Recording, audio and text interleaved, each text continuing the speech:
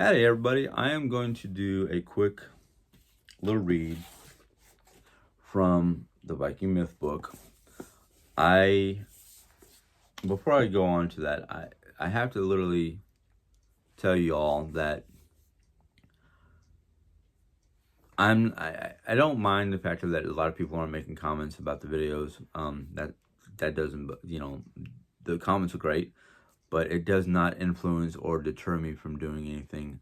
Just like the number of thumbs up, thumbs down do not determine or deter me from reading from this book, because I know there's a small handful of people who like to hear more and more about what's been happening or what had happened. And I do not... No, I think I know where I left off. I think I left off here. I had accidentally dropped my book the other day when I was trying to move stuff around, and the bookmark kind of fell out. And I just went, ooh, I think this is where I was at. But anyhow, today we're going to read about Leif Erikson and Vinland. Vinland, basically, well, you'll find out when I read it, but I'll tell you real quick. Vinland is what the Vikings called Newfoundland, or the Americas. And you'll find out why here in a second. But anyhow, Erikson Leif was born in Iceland sometime during the 970s and grew up accustomed to traveling in the ships of his father. Eric himself seemed to have been too busy to pay much attention to his son, and Leif was largely raised by one of Eric's followers, a man named Tirka. In 999, Leif and a band of men set out for Norway. They were blown off course and ended up wintering in the Hebrides Islands off the coast of Scotland. And I looked it up. Yeah, they're a small chain of islands in the northwestern part of Scotland.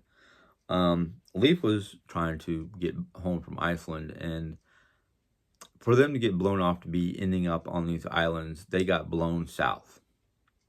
I don't know how far south, because I'd have to look at the map, but I did look up these islands because I was like, these islands are off the coast of Scotland? I gotta figure that out, because I don't know very many islands off the coast of Scotland. Anyhow, eventually they reached Norway, where they became part of the retinue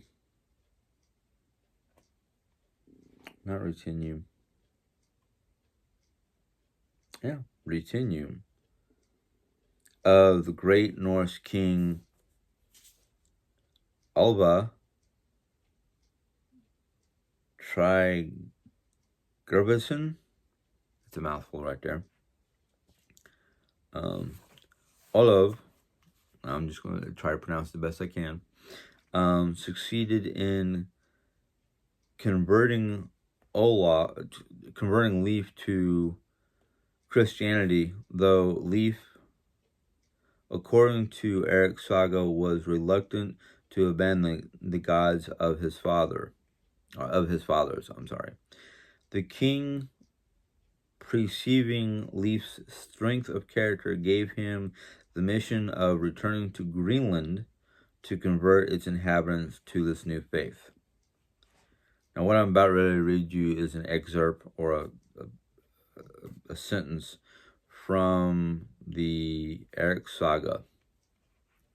And it says here, the king said he saw no man more suitable for the job than Leif, and you'll have the good fortune that's needed.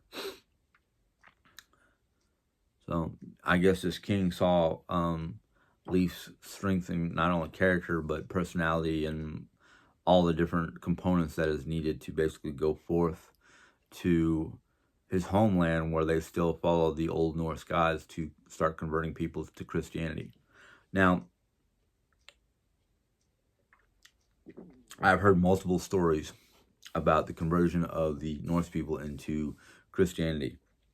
One story, or two stories, was a bloody situation where basically, if the army from the Christian Crusaders, or the group that was basically converting people during the 900s, a lot of those people didn't want to be converted. They felt that converting to this new religion was a abandonment of the old ways.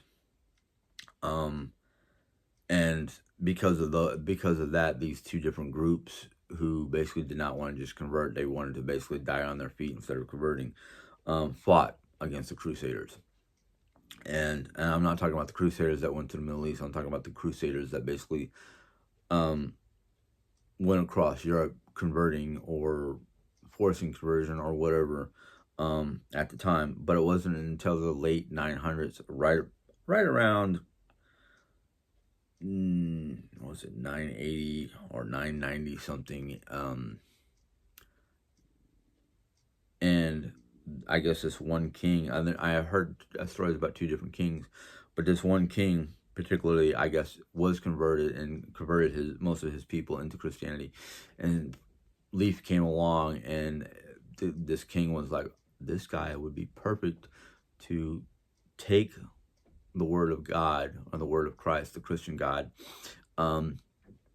to his homeland, to Iceland and Greenland, and convert people. Obviously, it must have worked, and it must have worked peacefully, because Leif was a major component to a lot of the histories of the Viking people, the latter half of the Viking era. Leif and his followers set sail to their homeland. Again, the weather for the crossing was unfavorable, and they were tossed about at sea for a long time. And this is another excerpt from the sagas.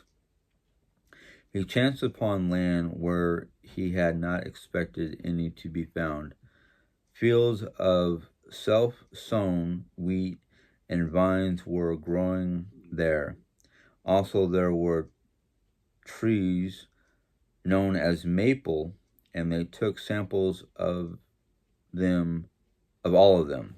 So basically, he gathered samples of the plant life of this landmass that he'd never seen before. Leif also chanced upon men clinging to a ship's wreck, whom he brought home and found shelter for over the winter.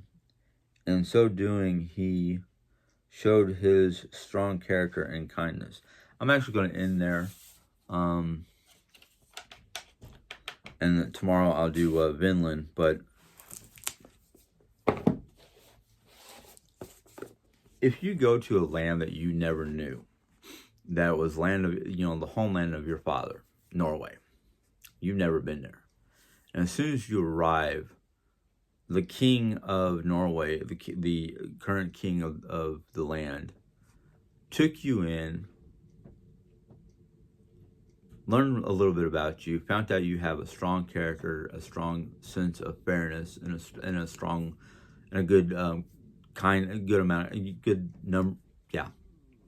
good strength of character with kindness and whatnot, and converts you into a religion that you don't know nothing about, even though you were reluctant to do it because of the fact that you felt like it was an abandonment towards your father's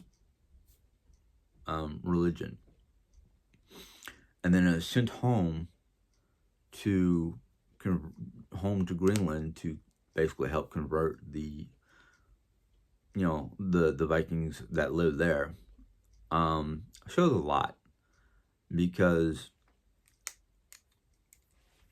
this is a man you never met, even though he is your king, but you've never met him, and he took you and your men into his care, into his retainership, however you want to call it, and given what seems to be an impossible task go back home and convert people.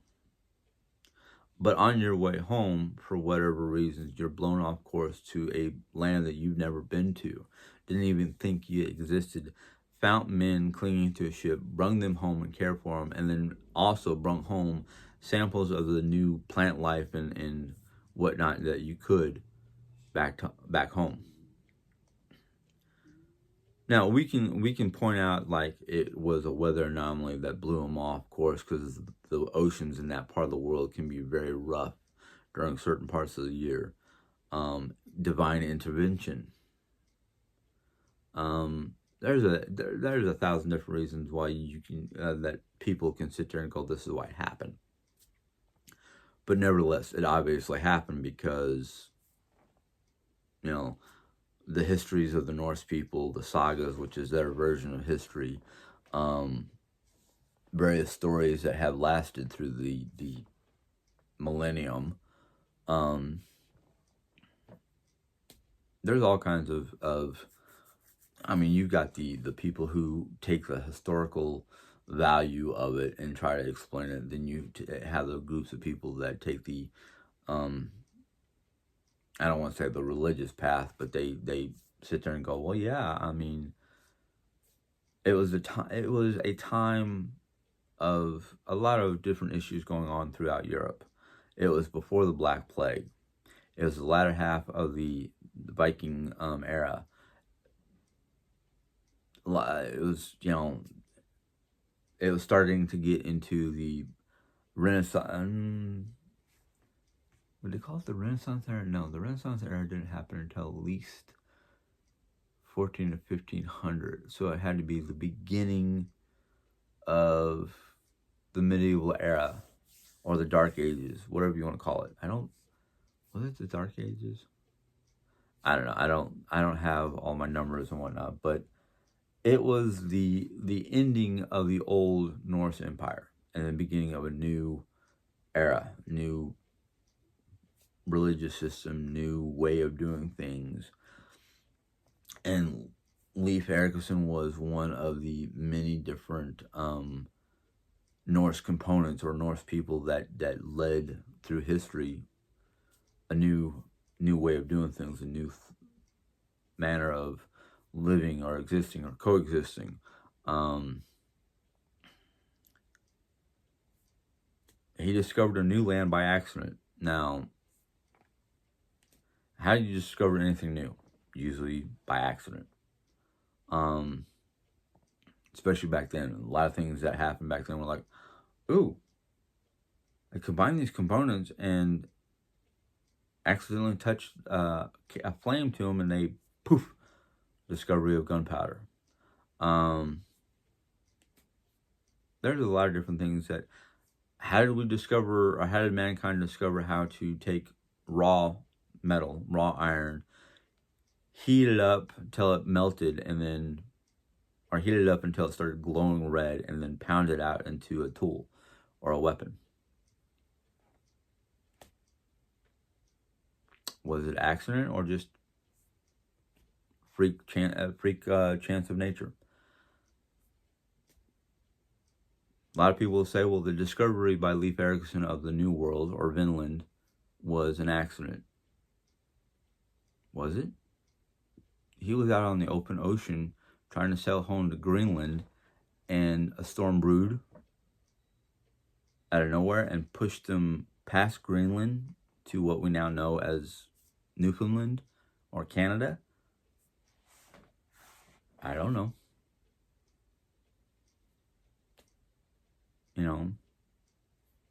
It's one of those, I just realized this is off kilter. It's one of those things where it's just kind of like,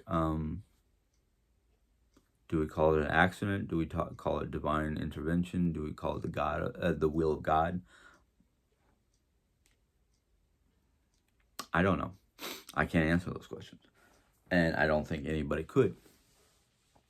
Because whether you go the scientific, trying to study the weather patterns of that time, or do you go into the religious realm of saying it was divine intervention, God wanted him to discover this new land?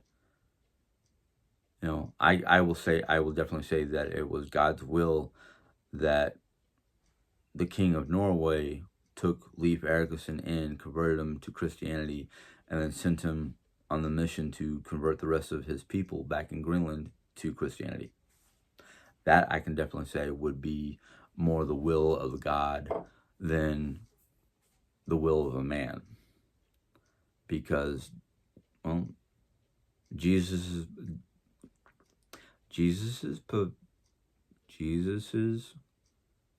main reason for being on planet Earth was to basically convert the people back into following his Father.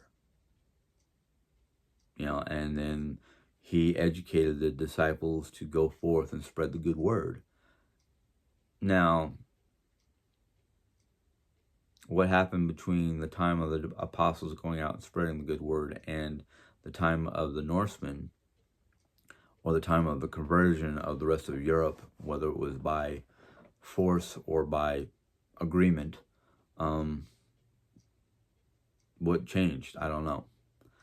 One thing I do know is the idea of forcing an individual person to convert to Christianity was not part of his plan, because Jesus was all about peaceful conversion and the choice of will, or the choice of an individual person, not the forced conversion that we saw during the Spanish Inquisition and the Crusades. You know, but that's my take on what happened during this point in time, or this point in the book, when Leif Erikson not only got converted to Christianity, but was blown off course to find a shipwreck with men clinging to the ship, and what he called Vinland. Anyhow, if you enjoyed this little tidbit, give it a thumbs up. If you have any questions or comments, go ahead and put them in the question comment box. If you're new to my channel and you want to join, go ahead and click the little subscribe button, and a little bell will pop up, and click on that bell, and YouTube will let you know when I put in a new video. So until next time, have a good day. God bless. Bye.